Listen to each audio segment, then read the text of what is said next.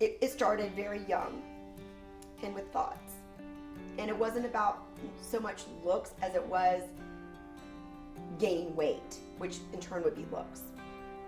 Because I never got pressure from my parents. The root of it was thoughts. A kid doesn't know what's going on in their head.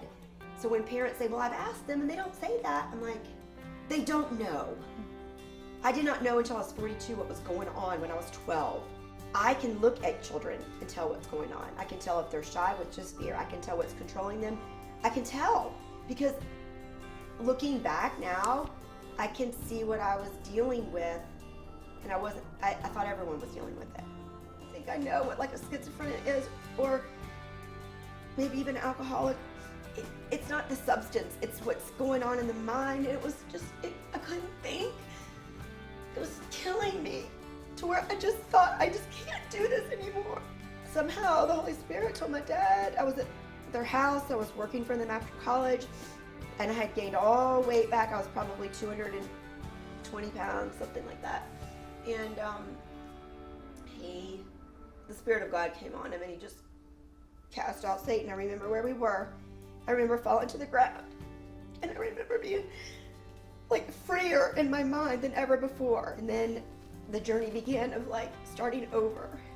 So I moved away so that I could start normal about, okay, I'm free from that addiction.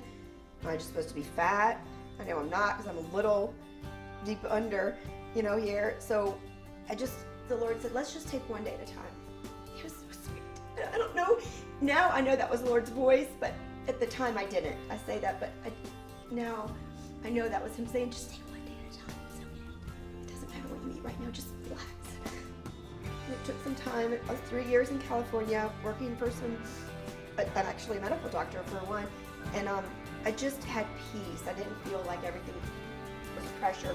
So it was the journey of starting to renew my mind. Moved back, got a pharmaceutical sales job. So I had lost that, I guess I removed about 100 pounds because the devil was cast out, the word was going in, and I stopped thinking about it.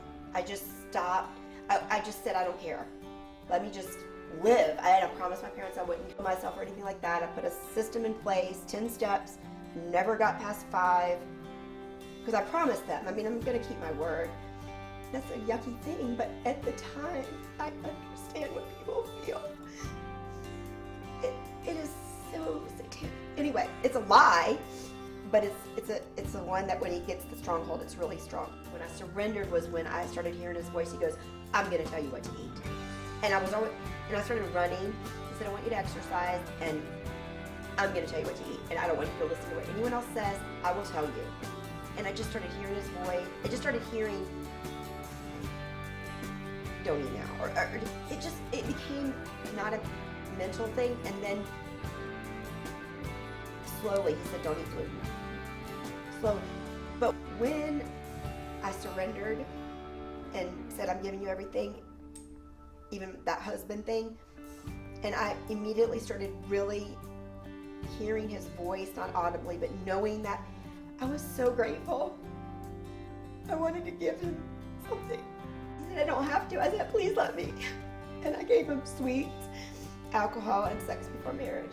And even though I had surrendered sex anyway, I just said that these are my gifts to you. So I don't know if I was able to explain that journey, but it's the same journey, I would think, as someone, a thought comes in with pornography, and then someone allows it in. It's innocent. Oh, it's no big deal.